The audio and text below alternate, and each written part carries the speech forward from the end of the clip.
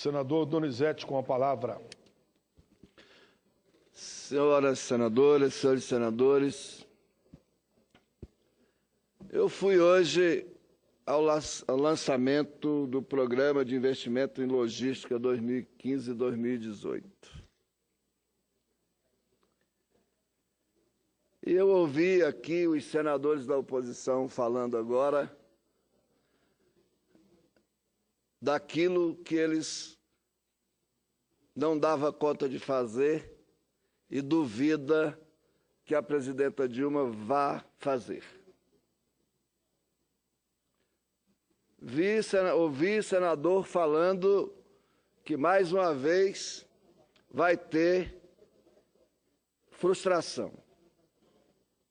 Eu quero, senador Paulo Paim, dizer que realmente os senadores da oposição ficarão frustrados com as ferrovias que serão construídas, com as rodovias que serão construídas, com rodovias que serão modernizadas, com portos que serão modernizados, com aeroportos que serão modernizados, para dar conta do desenvolvimento do Brasil, da circulação da sua riqueza.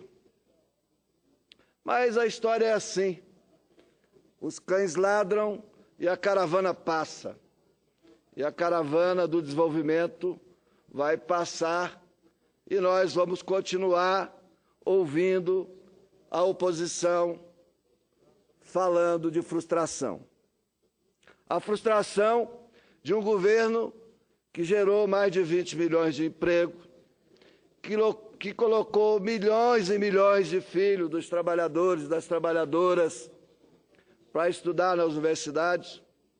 O que essas pessoas que reclamam e que xingam e que criticam de forma, às vezes, até odiosa, e aqui eu não estou falando dos senadores, mas que a gente vê nas redes sociais e, às vezes, nos bares, nos restaurantes, agredindo cidadãos livres, é de ódio. É de ódio porque o filho do vaqueiro agora estuda na mesma universidade, senador Paim, do que o filho do fazendeiro. O filho do operário da construção estuda na mesma faculdade lá no exterior, nas melhores faculdades do mundo, as universidades do mundo, junto com o filho dos grandes industriais. Isso eles não toleram. Trabalhar para que todos possam um dia ter igualdade de oportunidades, essas pessoas não toleram. Elas não toleram. Não toleram que os aeroportos estejam lotados, que os pobres possam viajar de avião. Não tolera.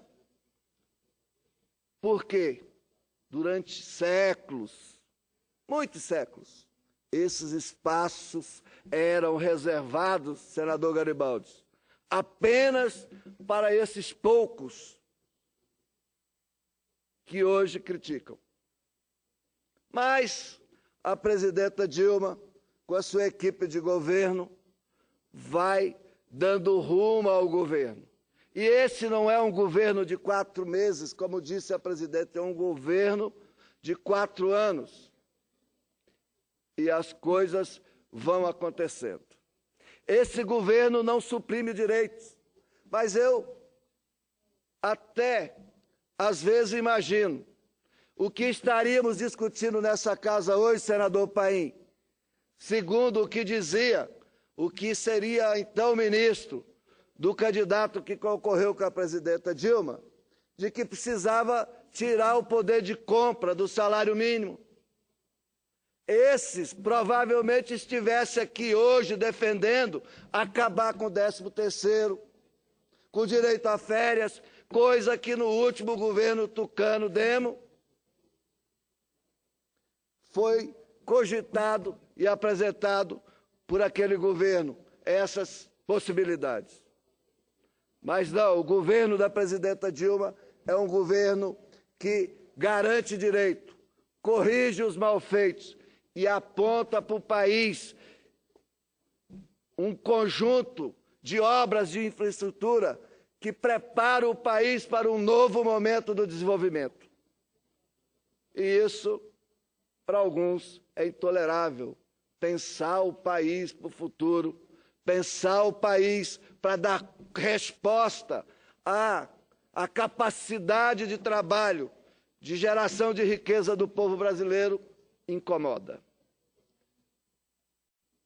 Mas nós, aqui da base do governo, vamos apoiar a presidenta Dilma e o governo que está aí para continuar conduzindo o país no rumo de ser protagonista, né, no mundo.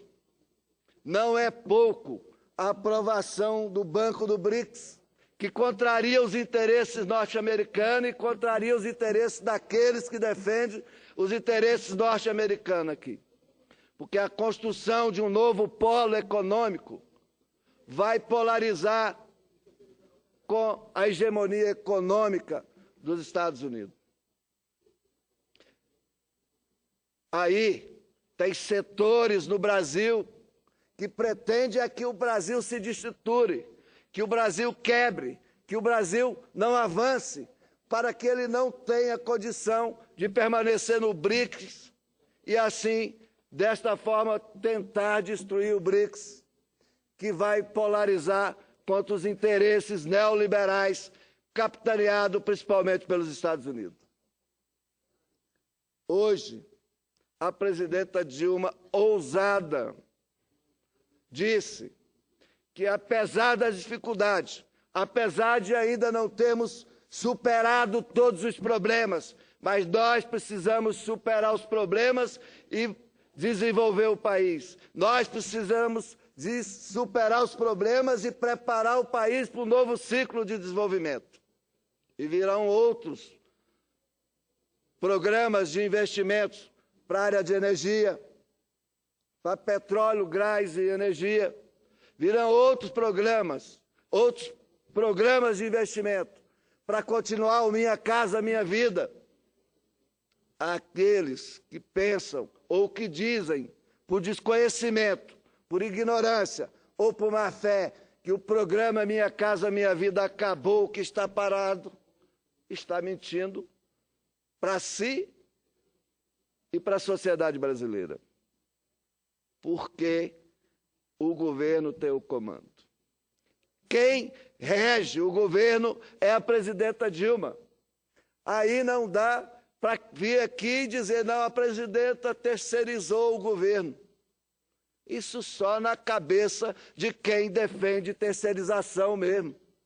Porque aqueles que compreendem, conhecem e sabem da competência e das qualidades da presidenta Dilma, sabem que ela tem o comando e que articula, junto com o vice-presidente da República, aqui a base de apoio para tocar o desenvolvimento brasileiro. Não tinha me inscrito hoje, senador Paim, para falar dessas coisas, mas eu fui provocado e quis responder. Temos que os 12 minutos que me resta não dê para falar do tema que eu me inscrevi para falar aqui hoje, que é sobre a questão da terceirização do tal 4330 ou 30 aqui na Câmara ou 30 aqui no Senado. Mas, senhores e senhoras senadoras, a tecnologia, a ciência, a produção material e tudo que diz respeito à atividade humana sobre a Terra tem no trabalho suas raízes mais profundas. A centralidade do trabalho determinou a nossa sociedade e nosso modo de vida. Assim é que o trabalho modelou a nossa cultura e a nossa economia. Ditou um dado percurso daquilo que chamamos progresso. Com o trabalho, matamos nossa fome, vestimos nossos corpos, construímos nossos abrigos e mantemos as nossas famílias. Mas ele também permite que a sociedade humana possa extrapolar esse conjunto de necessidades mais imediatas. Não se trata apenas de construirmos um índice ótimo de riqueza material, mas também de construirmos índices que permitem a existência da arte e da matemática. Além disso, o trabalho pressupõe lazer como sua necessária contrapartida. O vínculo do trabalho com a escravidão é histórico.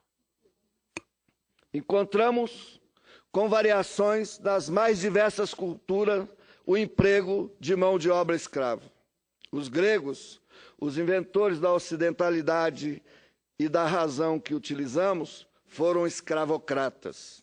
As pessoas capturadas faziam parte do motim de guerra. A escravidão era algo, em princípio, não questionado. A guerra, pai de todas as coisas, na dicção de Heráclito, 535 a.C. a 475 a.C., fornecia mão de obra escrava para o vencedor.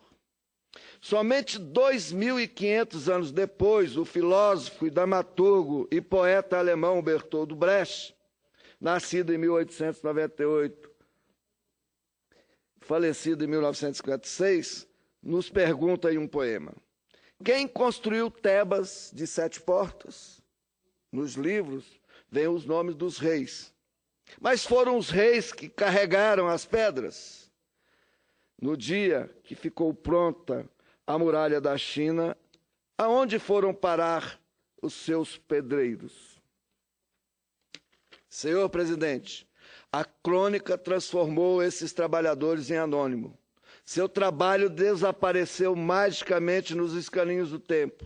A nossa leitura da história ainda é muito restrita e pouco sabemos das vidas privadas ou das mentalidades de tais personagens, embora a impressão que nos domine seja a de apagamento dos papéis menores da história. O poeta José Chagas tem 2 versos seminais que dizem: se o que nos consome fosse apenas a fome, então cantaria o pão. Interpreto esses versos como a necessidade íntima que todos temos de ultrapassar a fome, a mais elementar que sentimos. Vou me consumindo por não saber responder com a certeza que gostaria de ter, se o trabalho dignifica ou alvita o homem. Ao mesmo tempo, reconheço que cantar o pão ainda é uma necessidade maior fisiológica. A fome física nos consome tanto quanto a fome de justiça, e o trabalho mantém na sua zona de claro e escuro. Dignifica ou alvita os outros? Dignifica uns e alvita os outros.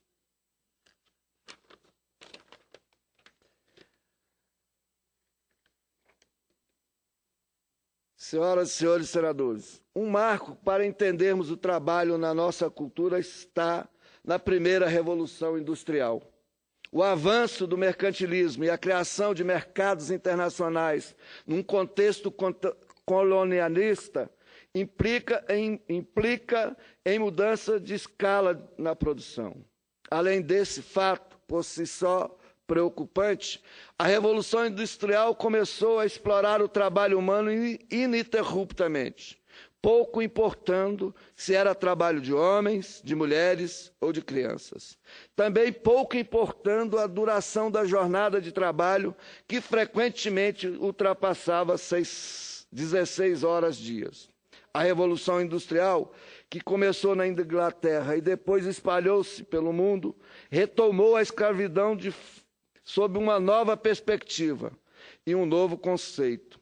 Tolstói, o grande autor russo, a chamou de escravidão branca. Seus grilhões são invisíveis, mas bastante funcionais.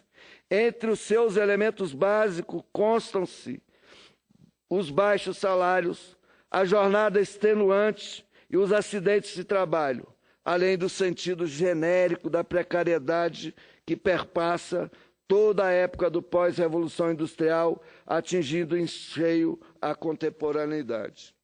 Senhor presidente, imagine como não foi árduo conquistar direitos trabalhistas neste velho cenário.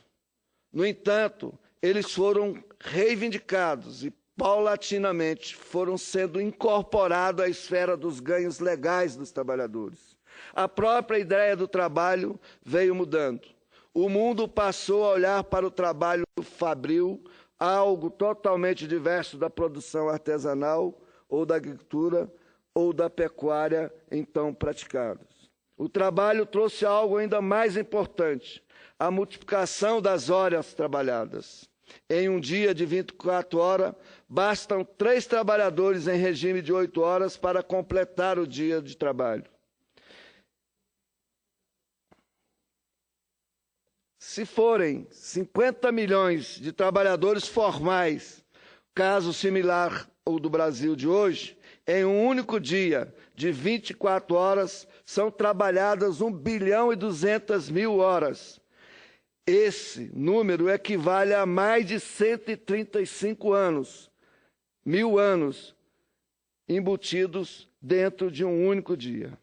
É impressionante pensar no poder do trabalho, o poder que atua alongando o tempo, alterando radicalmente a face do planeta. Resta lembrar que hoje, no Brasil, 25% desses empregos formais são ocupados por contrato em empresas terceirizadas. Não é, portanto, à toa que o trabalho é fundamento constitucional. Seu poder transformador é imenso. O artigo 1º da Constituição Federal o caracteriza como possuindo valor social ombreado à dignidade da pessoa humana. Ele se reveste de um valor intrínseco e é direito social, no artigo 6 da Constituição Federal. A Constituição Federal também reconhece um sem número de ganhos específicos, dentre os quais igualdade de direito entre o trabalhador com vínculo empregatício permanente e o trabalhador avulso. Hoje, aqui no Senado,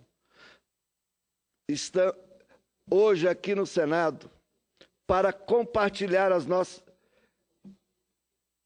Aqui no Senado, recebemos para compartilhar as nossas inquietações e pensar soluções sindicalistas, empresários, procuradores, juízes, para um debate público realizado, com a mediação e debate em pleno de mediações sobre o famigerado projeto de terceirização. Não queremos nem devemos aprovar projetos de tal magnitude que toque de caixa. Consultemos também a sociedade civil. O viés da globalização é, sem dúvida, um dos assuntos da pauta de discussão que o Senado Federal debaterá nesse tema. Dentro do cenário econômico mundial, como entender a questão chinesa, asiática, lato sensu do trabalho. A organização do trabalho em alguns países sino-asiáticos se assemelha, para o nosso ponto de vista social e para a nossa legislação, à escravidão branca. A quase total ausência de direitos trabalhistas para remuneração nesses países tem sido vetor de deslocamento da produção de escala para essas áreas de fronteiras desguarnecidas. Mas isso não pode, de maneira alguma, nos levar a transigir em defesa dos direitos dos trabalhadores. Podemos e faremos valer outros diferenciais para a atração de investimento. Senhor presidente José Medeiros,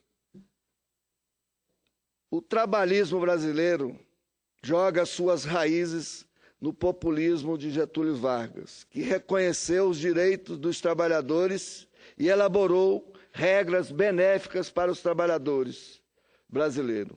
Nossas leis trabalhistas são favoráveis aos trabalhadores. Mas, ainda assim, sabemos da instabilidade pela qual passa o trabalhador brasileiro. Ele permanece, se não for terceirizado, menos de 6 anos no mesmo emprego. Esse número cai para 2,7 anos para os terceirizados. Pergunto se queremos piorar ainda mais esses números. Já vivemos na precariedade, meus amigos e amigas. Não é possível aceitar a imposição de um projeto que relativize completamente o trabalho e a vida dos nossos trabalhadores. Tenho certeza de que todo trabalhador brasileiro deseja viver com dignidade. Como consegui-lo? Espero que na tramitação do projeto aqui no Senado possamos apontar soluções adequadas para tal questão.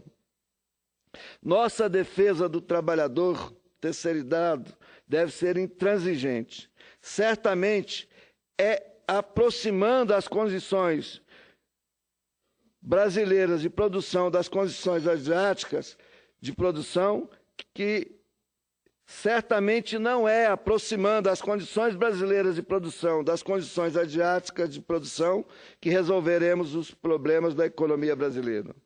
Há outras questões que subjazem ao crescimento, como a questão tributária, que torna a concorrência por parte do mercado brasileiro menos justa. Para terminar, os empregados de empresas prestadoras trabalham até 3 horas terceirizados, trabalham até 3 horas semanais a mais do que os trabalhadores contratados diretamente. Nessas empresas, o calote não é incomum. As empresas que oferecem serviços de terceirização não passam por controle rigoroso e frequentemente ouvimos falar de empresas que faliram, que simplesmente desapareceram sem pagar as verbas rescisórias, por exemplo.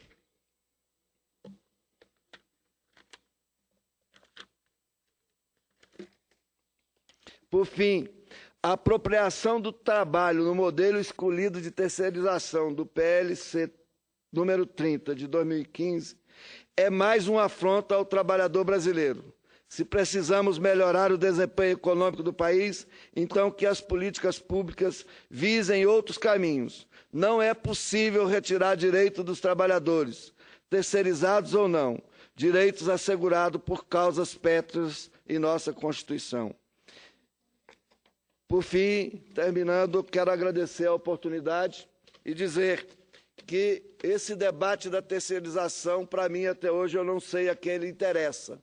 Penso que ele desconstrói a cultura das empresas, penso que ele precariza as condições de trabalho e penso que ele vai baixar a qualidade da produção brasileira com essa questão da terceirização. Obrigado e uma boa noite aos senadores e senadoras.